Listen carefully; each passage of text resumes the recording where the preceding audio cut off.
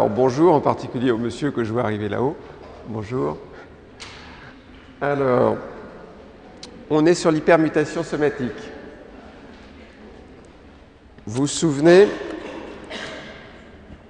qu'il y a une propriété unique donc, des lymphocytes, c'est de pouvoir faire des changements d'acides aminés de façon beaucoup plus fréquente que ce que vous observez d'habitude. Alors, il faudra que je retrouve peut-être mes notes. Comment je fais pour arrêter Jonathan sur mon ordinateur? Je fais comme pour l'autre. Fonction F9. 1. Tu viens ici me montrer? Et oui, ça repart. Donc, on était à hypermutation somatique. Il me manquait une petite chose dont j'avais besoin. Pour l'instant, c'est moi qui parle, c'est pas vous. Ça se passe, vous savez, dans les ganglions. Vous vous souvenez de ça? Ça se passe au départ dans les zones sombres, où il y a une prolifération des cellules B. Et puis, au moment où ces cellules B qui ont commencé à proliférer rencontrent à nouveau l'antigène, hypermutation somatique, avec une vitesse de mutation par rapport à ce qui est observé dans une cellule autre que le lymphocyte, 100 000 fois plus rapide les mutations somatiques. Et vous savez que ces hypermutations somatiques permettent d'affiner finalement et d'augmenter l'affinité de l'anticorps pour l'antigène. Et vous regardez ici que cette hypermutation somatique se fait au niveau des régions CDR3. Comme c'est fait également au niveau des régions CDR3, la flexibilité jonctionnelle, l'addition de nucléotides P, l'addition de nucléotides N. Donc, pour rappeler une fois de plus l'importance de ces régions CDR3. Alors, autre raison pour avoir une grande diversité des gènes d'immunoglobulines, c'est que vous avez de multiples combinaisons pour associer tout simplement les chaînes lourdes et les chaînes légères. Alors, les chiffres, encore une fois, ils peuvent varier d'un livre d'immunologie à l'autre, parce qu'au départ, ces chiffres étaient sortis du séquençage des gènes d'immunoglobulines d'un seul individu. Donc au départ, on avait un chiffre unique chez un seul individu, puis en faisant le séquençage chez un autre individu, on s'est aperçu que les chiffres pouvaient légèrement varier. Là, on s'est tenu à ces chiffres-là, donc les combinaisons, ce n'est pas compliqué. Si vous avez effectivement à peu près 85 segments V sur la chaîne lourde, 27D, 6J, vous aviez déjà 13 770 jonctions combinatoires. Vous vérifierez que je ne me suis pas trompé dans les calculs. Pour la chaîne légère, kappa 35V, 5J, pour lambda 30V, 4J. Ça faisait 175 et 120 combinaisons. Finalement, quand vous associez de façon combinatoire les chaînes lourdes et les chaînes légères, vous arrivez déjà à 4 millions, plus de 4 millions, 62 150 combinaisons. En fait, avec tous les mécanismes autres que l'on a vus, l'addition de nucléotides N, de nucléotides P, la flexibilité jonctionnelle, encore une fois, je vous rappelle que vous pouvez en théorie monter jusqu'à 10 puissance 11, 10 puissance 10 à 10 puissance 11, même si, j'avais dit qu'il pouvait y avoir des questions là-dessus, même si, en fait, chez un seul individu, vous avez la possibilité de faire 10, 10, 10, 11, mais vous en faites à peu près 17. D'accord? C'est-à-dire 10 millions. Vous avez 10 millions de combinaisons. Alors, il y a autre chose qui se passe qui est intéressant à voir, c'est que vous devez être capable de faire une commutation de classe parmi les gènes des régions constantes. déjà, vous avez besoin de ça puisque assez tôt, il faut que le lymphocyte puisse à la fois exprimer des IgM et des IgD. Et plus tard, il devra de toute façon pouvoir exprimer d'autres régions constantes. Alors, comment ça se passe? On le voit ici. Vous avez toujours l'ADN de la chaîne lourde de la lignée germinale. Ici, vous avez une première chose qu'il faut faire, vous avez l'ADN réarrangé. Cet ADN réarrangé, il a gardé, vous vous souvenez, ou il n'a pas gardé, quelques exons J au moment où il a fait la recombinaison DJ. Donc, ils peuvent être présents ou absents. Vous passez au niveau de l'ARN transcrit primaire. Dans l'ARN du transcrit primaire, ici, vous pouvez d'abord faire un épissage de telle façon que vous mettez les uns derrière les autres. Les VDJ, ça, vous les avez réarrangés au niveau de l'ADN. Mais vous faites un épissage pour garder, par exemple, uniquement l'un derrière l'autre, mu et delta, les gènes qui codent pour les régions constantes mu et delta. Ça, vous êtes dans l'ARN transcrit primaire. Dans l'ARN transcrit primaire, vous allez ensuite réarranger cet ARN transcrit primaire pour ensuite, à partir de ce transcrit qui avait encore mu et delta, soit vous faites uniquement mu, vous faites un épissage ici, soit vous faites un épissage un petit peu plus loin au niveau de delta ici, et vous allez faire sauter la chaîne mu. Ensuite, c'est classique, d'accord, traduction. Donc, autre chose, on avait vu là le passage c'est ce que vous faites tout à fait au début, pour d'abord avoir mu delta, ensuite faire mu et ensuite faire delta. Et plus tard, votre lymphocyte qui exprimait à sa surface uniquement les chaînes M et D va devoir par exemple exprimer des IgG. À ce moment-là, qu'est-ce que vous faites? Vous faites un épissage au niveau de l'ADN réarrangé. Et vous pouvez ici avoir un transcrit primaire dans lequel il reste par exemple ici un J. Et le J, il va falloir le retirer, nouvel épissage, pour arriver à l'ARN messager qui cette fois-ci a une chaîne gamma.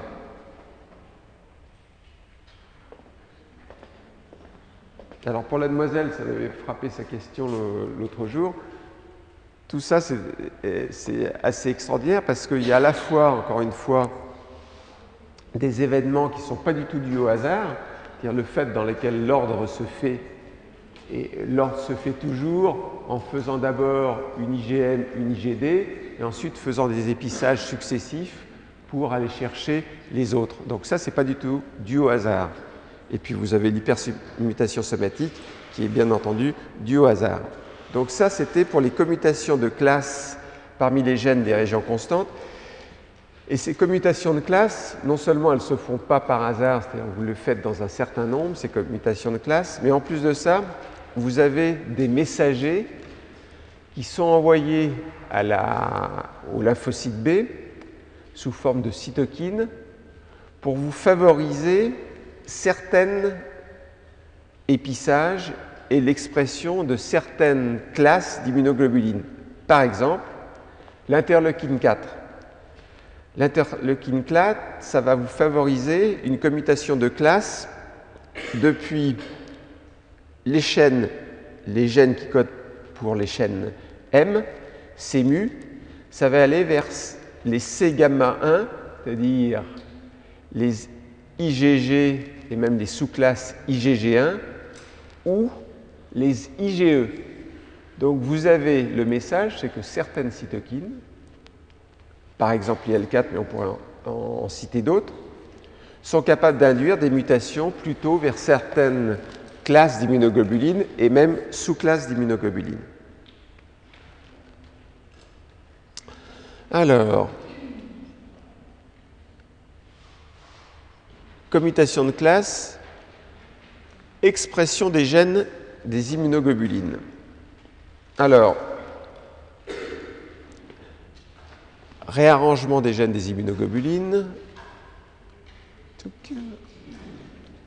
Ici, on avait vu qu'on faisait sauter celui-là.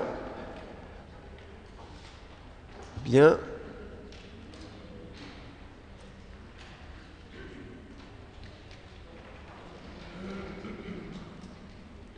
Les épissages différentiels, on les avait vus.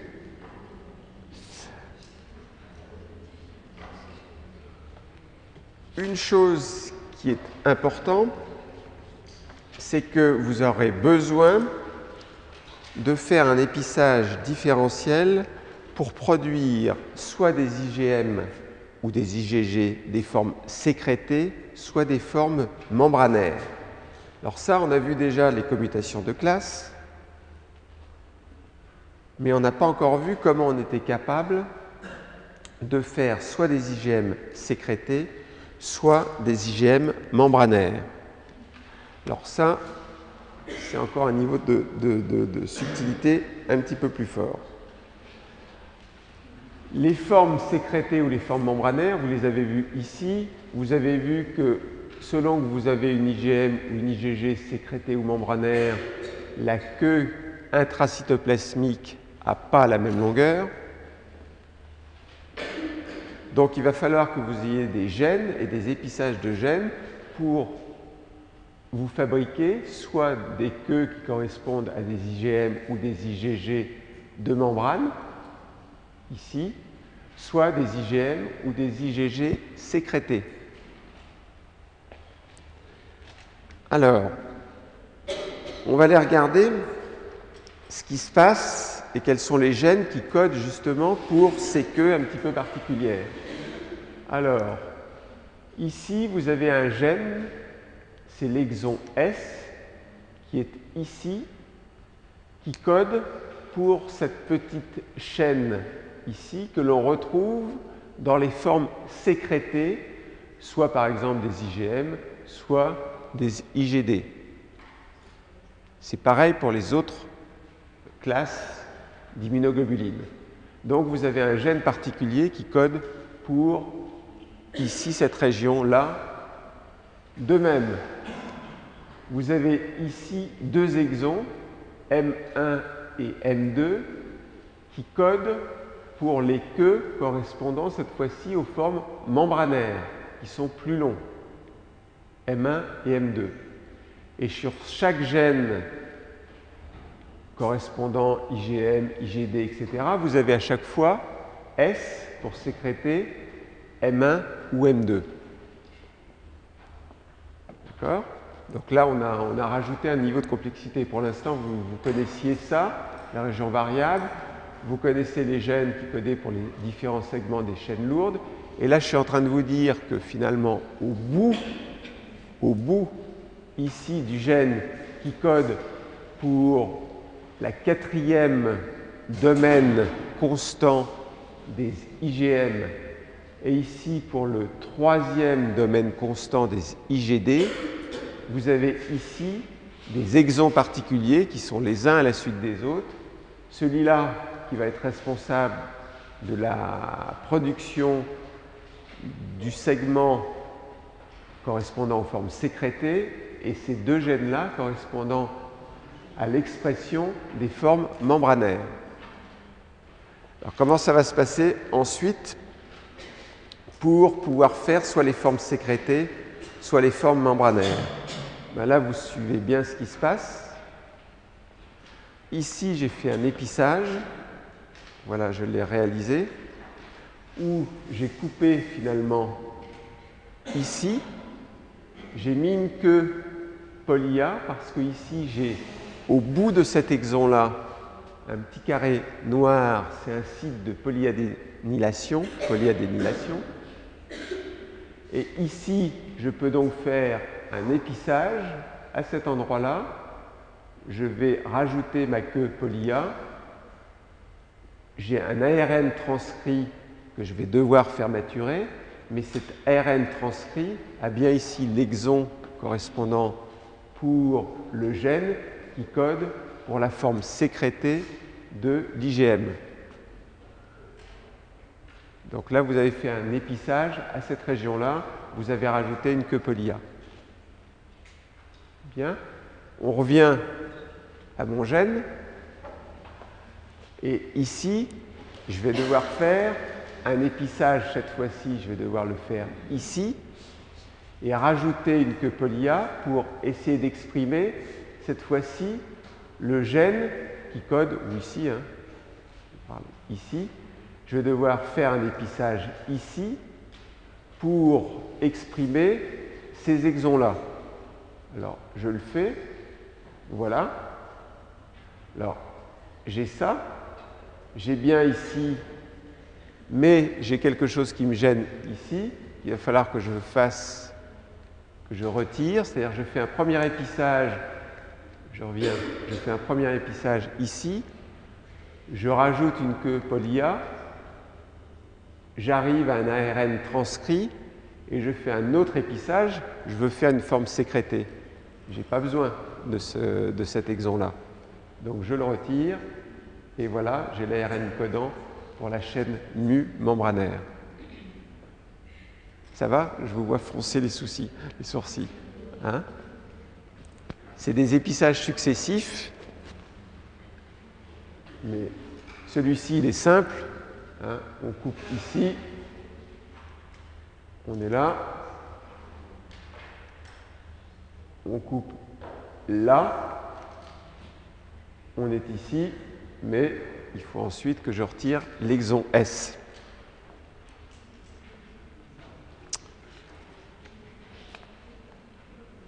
Alors, une chose aussi qu'il faut remarquer, c'est que là, je suis en train de fabriquer en fait soit des formes sécrétées, soit des formes membranaires d'une immunoglobuline. Ça pourrait être, là j'ai montré sur M, ça pourrait être sur D, ça pourrait être sur ce que vous voulez. Il y a une autre chose qui est intéressante, c'est qu'il faut se dire à un moment donné, tiens c'est bizarre, parce qu'il y a tout de même un temps où la cellule fait en même temps à la fois des IgM et des IgD, avant de maturer et puis de ne faire plus que des IgM, des IgD, des IgA, des IgE. Mais il y a bien un temps où vous êtes capable de faire en même temps des IgM et des IgD. Alors, effectivement, vous pouvez le faire parce que ce n'est pas un hasard, encore une fois, vous avez juste derrière l'autre, en fait, les gènes qui codent pour IgM et IgD. Et ensuite, vous allez, mais dans la même cellule, bien entendu, elle peut à la fois faire son épissage pour faire cette fois-ci une IgM de membrane. Donc on a bien fait l'épissage ici pour faire l'IgM de membrane. Il a fallu à un moment donné que je retire le segment S, le gène S, et en même temps, ici, je peux également, tiens, il y a quelque chose, je peux également faire mon IgD ici, je vais faire mon épissage là, et je peux faire mon IgD. Alors, j'essaie de revenir à ça. Voilà. IgM. OK. Je reviens. Et ici, je fais IgD. Donc, regardez comment ça s'est fait. Ça s'est fait comme d'habitude en plusieurs temps. Et ici, si j'ai fait mon épissage là, je reviens, hein, je recommence. Je le fais là, c'est simple. J'ai qu'à retirer S, j'ai l'ARN et je fais bien M. Là, ici, c'est un petit peu plus compliqué.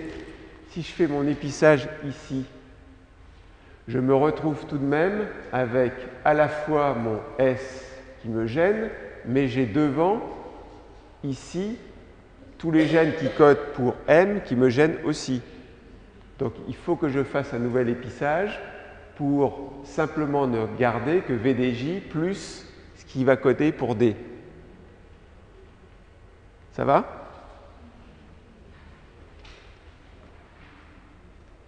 On revoit ou ça va?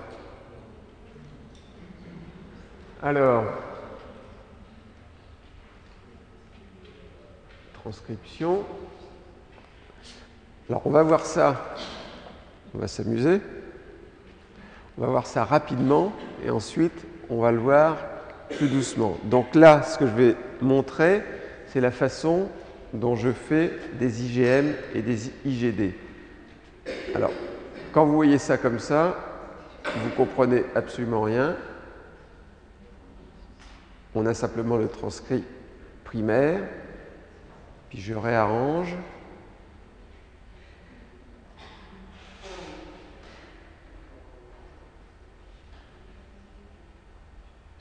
Alors, ça c'est transcription-traduction. Alors, on va le repasser en arrêtant à chaque fois les étapes. Alors, on recommence. Hop. Bon, là, je fais déjà des épissages. D'accord? Épissage. Je continue un tout petit peu. J'arrête pas de faire des épissages. Voilà. En fait, après avoir fait ces épissages, j'ai un RNA, un transcrit primaire. Ici, je suis passé de l'ADN à l'ARN. Donc, je suis ici avec mon transcrit primaire. J'en fais un autre, transcrit primaire. Ensuite, ce transcrit primaire, il va falloir que je fasse de nouveaux épissages.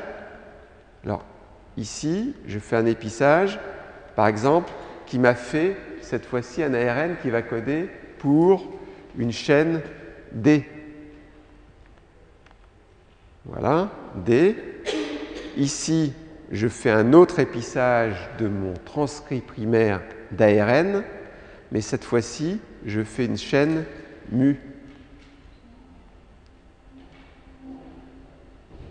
Voilà, mu. Et ensuite, il ne me reste plus qu'à traduire tout ça, c'est pas compliqué. Donc, c'est des épissages successifs qui se font soit au niveau de l'ADN, soit au niveau du transcrit primaire de l'ARN. Alors, pour ceux qui sont un petit peu inquiets sur la difficulté du cours, c'est tout de même le cours le plus difficile que vous aurez en immunologie. Le reste, après, c'est beaucoup plus simple.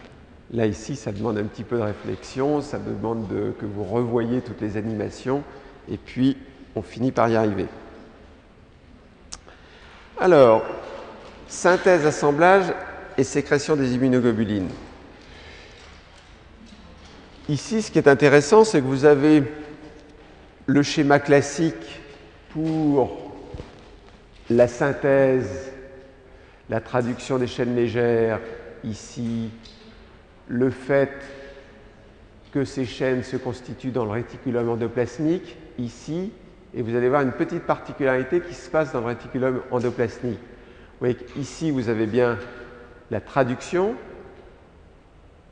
vous avez les chaînes qui commencent à se former, ces chaînes vont aller dans des vésicules, vont aller dans le Golgi, et vous allez avoir des vésicules de sécrétion qui soit vont vous placer votre immunoglobuline qui va être sécrétée par le plasmocyte, soit votre immunoglobuline va être transportée pour rester dans la membrane de votre lymphocyte. Il y a une petite particularité qui se passe ici. La petite particularité qui se passe ici, c'est qu'en fonction de la classe de l'immunoglobuline, la façon dont s'associent les chaînes lourdes et les chaînes légères ne sont pas les mêmes. Alors, on va regarder ça. Voilà une IgM. Et l'IgM, qu'est-ce qu'elle fait? Ce qui s'associe d'abord, c'est ça. C'est-à-dire, c'est une chaîne légère qui vient de se mettre avec une chaîne lourde. Ici, une autre chaîne légère qui vient se mettre avec une chaîne lourde. Et ensuite, là, les deux dimères, chaîne lourde, chaîne légère, ici, que vous voyez, vont venir s'assembler. Ça, c'est pour les IgM. Ensuite, on passe aux IgG. Aux IgG, ça ne se fait pas de la même façon. Pour les IgG, vous allez d'abord assembler les deux chaînes lourdes. Et une fois que ces deux chaînes lourdes seront assemblées, d'abord, vous avez cette forme-là, c'est-à-dire vous avez les deux chaînes lourdes avec une chaîne légère. Ça, on est dans l'assemblage. Hein. Soit ensuite, quand vous avez donc, vous êtes à deux chaînes lourdes, une chaîne légère, vous allez assembler avec la deuxième chaîne légère. Donc, vous voyez, pas du tout la même chose. IgM et IgD, donc on revient ici. L'assemblage à l'intérieur du réticulum endoplasmique, l'assemblage ne se fait pas de la même façon. On le fait ici. Voilà.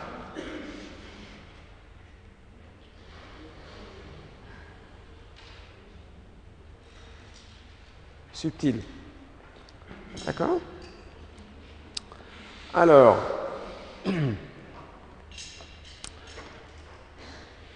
toute la transcription des gènes, toute la transcription des gènes, d'abord, se fait de façon très ordonnée, et d'autre part, c'est sous l'influence d'un certain nombre de facteurs qui sont assez classiques, que l'on va voir ici, de facteurs qui vont vous réguler, en fait, les étapes clés de réarrangement des gènes des immunoglobulines. Alors, ces facteurs, on en a trois sortes. On a d'abord des promoteurs. Les promoteurs, c'est ceux que vous voyez ici en rose foncé. Les promoteurs, ce sont des séquences en fait qui sont relativement courtes, qui sont toujours en amont du site d'initiation de la transcription. Ils favorisent l'initiation de la transcription de l'ARN dans une direction spécifique. Vous allez transcrire votre ARN dans cette direction-là. Donc ça, ce sont les promoteurs que vous voyez ici, comme séquence régulatrice. Alors, à côté de ça, vous avez les activateurs. Les activateurs, ce sont les séquences que vous voyez ici en vert. Les activateurs sont des séquences qui sont situées soit en amont, soit en aval d'un gène et qui activent la transcription de façon indépendante de l'orientation. Ça peut activer la transcription en amont ou en aval. Différence donc avec les promoteurs.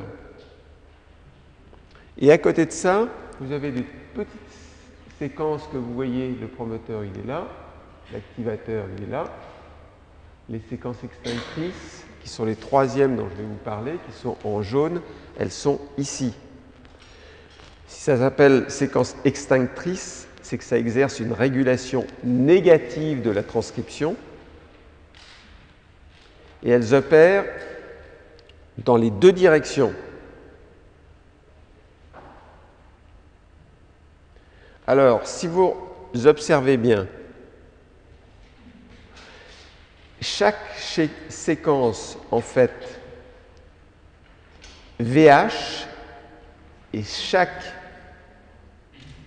séquence VL a un promoteur qui est localisé immédiatement en amont de la séquence leader. Regardez, ici, j'ai dit VH, VL. J'ai un promoteur toujours en amont de la séquence leader pour chaque VH ici. D'accord? VH, VL, toujours le promoteur en amont de la séquence leader.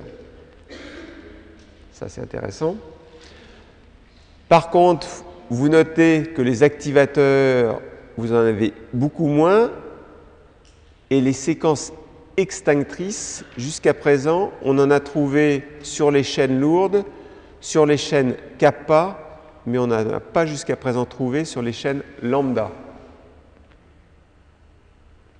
Kappa et lambda, si on regarde toute l'histoire que je vous raconte depuis 2 heures, on s'aperçoit que kappa et lambda, c'est tout de même très très différent hein, au niveau génétique.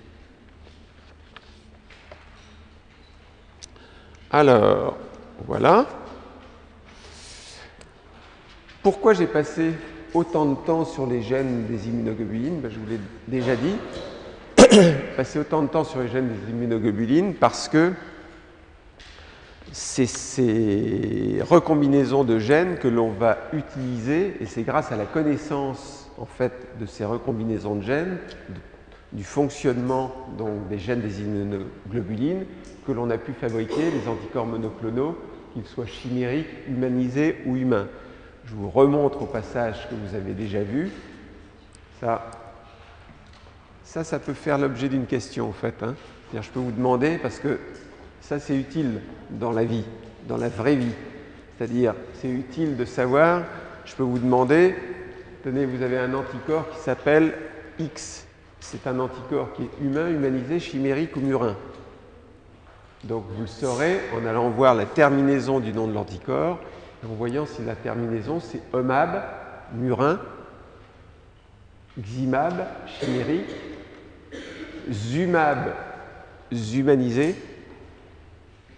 et UMAB, humain.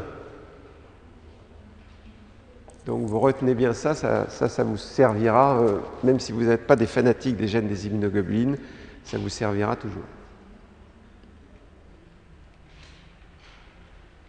Chaud. Exemple de la xénomousse. J'étais passé, vous l'avez déjà vu, la xénomousse, mais maintenant on peut la regarder d'un petit peu plus près. Comment ça se passe quand vous êtes devenu un très fort dans la génétique des immunoglobulines? Vous êtes capable de faire ça. Ça, c'est l'usine pour produire maintenant certains anticorps entièrement humains. Alors, qu'est-ce que vous faites? Vous avez des cellules souches murines. D'accord? Cellules souches murines. Vous les prenez et vous allez, parmi les gènes qui codent pour les immunoglobulines, vous allez inactiver les gènes murins qui codent pour la chaîne lourde IGH. Et vous avez inactivé les gènes murins qui codent pour la gène légère IgK. Donc maintenant, vous avez une souris qui fait beaucoup de choses, sauf qu'elle n'est pas capable de produire des anticorps murins, en tout cas des IG. D'accord? À côté de ça, toujours dans vos cellules souches embryonnaires, vous allez introduire cette fois-ci des gènes humains. Donc cette souris, vous lui avez introduit les gènes qui codent pour les immunoglobulines humaines. Donc cette souris, elle a à la fois la capacité de produire des gènes des immunoglobulines murines, puisque vous n'y avez pas touché, ils sont toujours là. C'est le bleu et le jaune, le bleu et le jaune. Sauf que là, j'ai rajouté les gènes qui codent pour les immunoglobulines humaines. Ici, je ne sais pas quelle couleur, c'est violet et vert. Violet et vert. Donc, celle-ci, elle fait plus de gènes d'immunoglobulines, et celle-ci, elle en fait humain et murin. Donc, vous allez croiser, en fait, ces souris pour, à un moment, obtenir des souris de seconde génération, pour lesquelles elles auront la propriété de celle-ci qui vous arrange bien. Je ne produis plus d'immunoglobulines murines, et de celle-ci, je produis des immunoglobulines humaines. Voilà, c'est la xénomousse.